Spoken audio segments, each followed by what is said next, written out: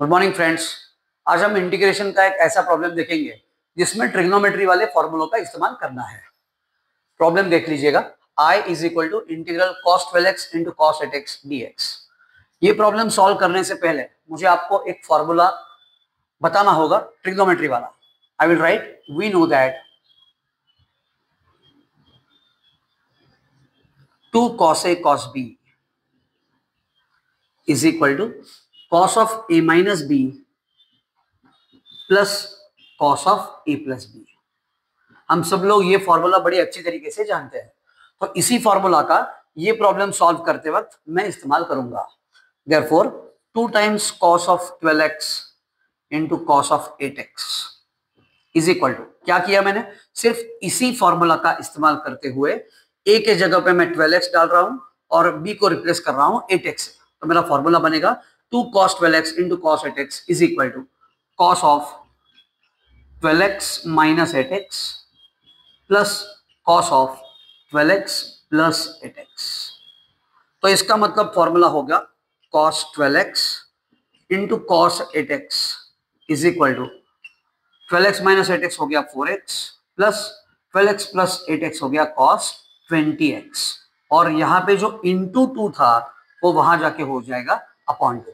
अभी ये cos 12x into cos 8x की ये जो वैल्यू मेरे पास आ चुकी है, उस वैल्यू को मैं गिवन इंटीग्रेशन के प्रॉब्लम में सब्स्टिट्यूट करूंगा। तो प्रॉब्लम कुछ ऐसे दिखेगा। ऑन सब्स्टिट्यूटिंग वी गेट, मुझे क्या मिलेगा, I is equal to integral cos 12x into cos 8x के जगह पे मैं ये वैल्यू पुट करूंगा। That will become cos 4x plus cos 20x whole divided by 2 dx। तो यहाँ पे एक बात समझना बहुत जरूरी है। Therefore I is equal to, यहाँ पे जो बाई 2 है यानी कि जो अपॉन 2 है उसे मैं बाहर ले लेता हूँ इंटीग्रेशन साइन के, तो बाहर दिखेगा half integral half into bracket integral cos 4x plus cos 20x dx। उसी की अगली स्टेप यहाँ पे लिखता हूं। Therefore I is equal to 1/2 बरकरार रहेगा, अंदर होगा integral cos 4x dx plus integral cos 20x dx।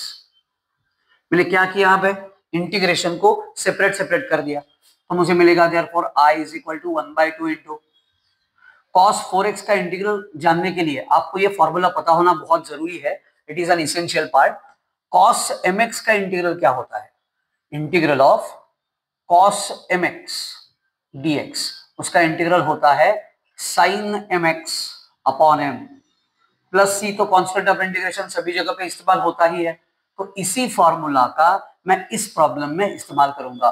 Therefore the problem will look like this. I is equal to, बाहर वाला हाफ एज इट इज होगा into the bracket cos 4x के लिए अगर मैं ये फॉर्मूला इस्तेमाल करता हूं तो मेरा इंटीग्रेशन बनेगा sin 4x अपॉन m से डिवाइड क्यों किया था मैंने, क्योंकि sin mx में x का कोएफिशिएंट m था, जो भी cos mx में x का कोएफिशिएंट m होता है उससे मुझे नीचे डिवाइड करना होता है, तो उसी लॉजिक को यहाँ पे इस्तेमाल करता हूं, तो उसका इंटीग्रेशन बनेगा sin 4x अपॉन 4 प्लस यहाँ पे cos 20x का इंटीग्रेशन सीधा बनेगा sin 20x अपॉन 20।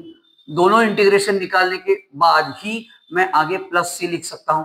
देयरफॉर मेरा जो ओरिजिनल प्रॉब्लम था उसका फाइनल आंसर बन गया I इज इक्वल टू, जो 1/2 जो मैंने बाहर अभी तक रखा हुआ है ब्रैकेट के, उससे मैं अंदर मल्टीप्लाई कर देता हूं, तो मेरा आंसर बनेगा sin 4x upon 2 4 8 plus sin 20x upon 2 20 40।